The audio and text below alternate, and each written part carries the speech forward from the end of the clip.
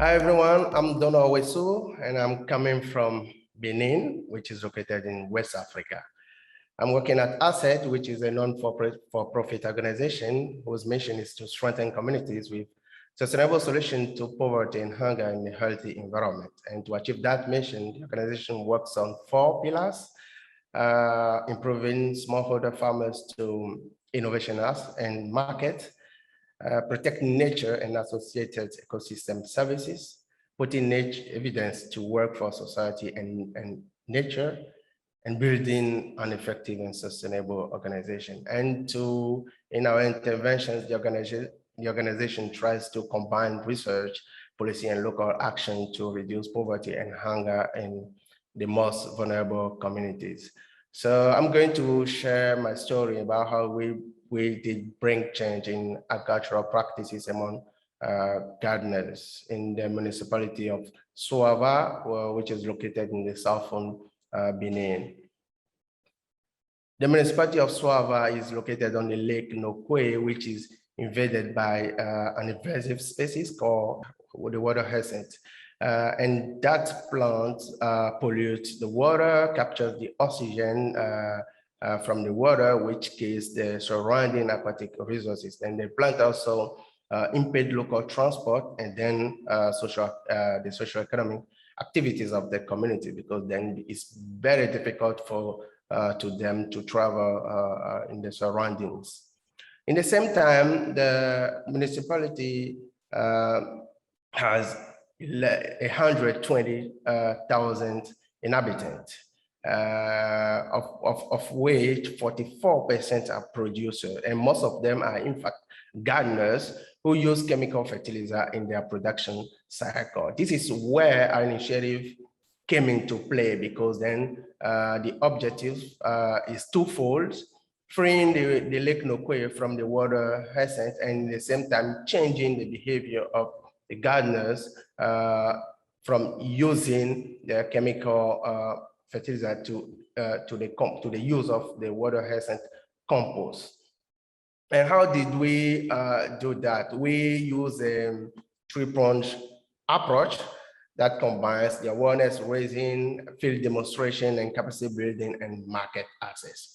In the first step, we raised the awareness of the farmers about the benefit of using agroecological practices during their production. And in the next step, we developed some field demonstration and build the capacity of the lead farmers. Lead farmers because they are always the leaders, so the followers, their peers, gardeners are always waiting for them to have the result before adopting a technology. So we started with them in their field, transforming the water hyacinth into compost, using the compost in their field on 3 main crops: tomato, pepper, and amaranth.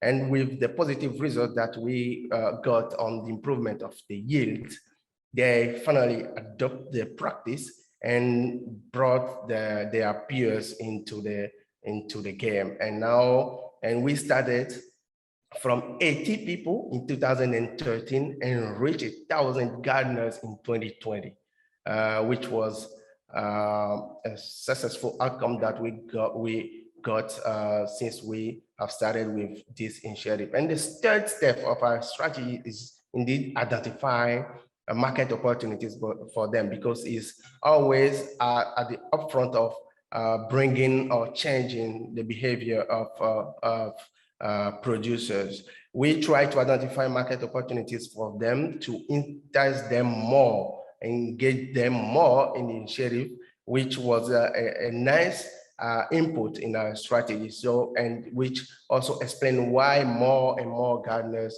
try to reach, try to enter our initiative.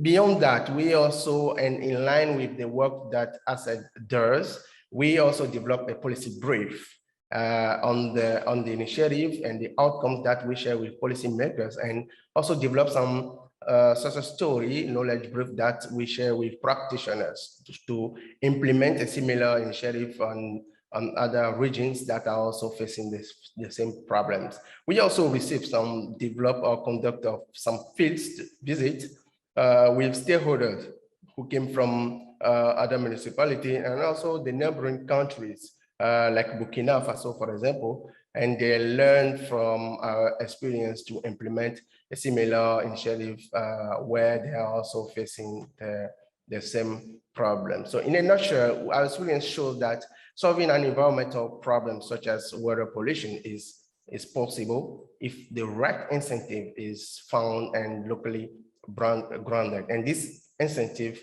can trigger a change in the behavior of stakeholders who would adopt better practices that protect the environment. In our case, the water health and compost was a fair solution that enticed gardeners to free the lake Nokoué and shift their gardening practices, so which is a hope towards sustainable food systems. Thank you.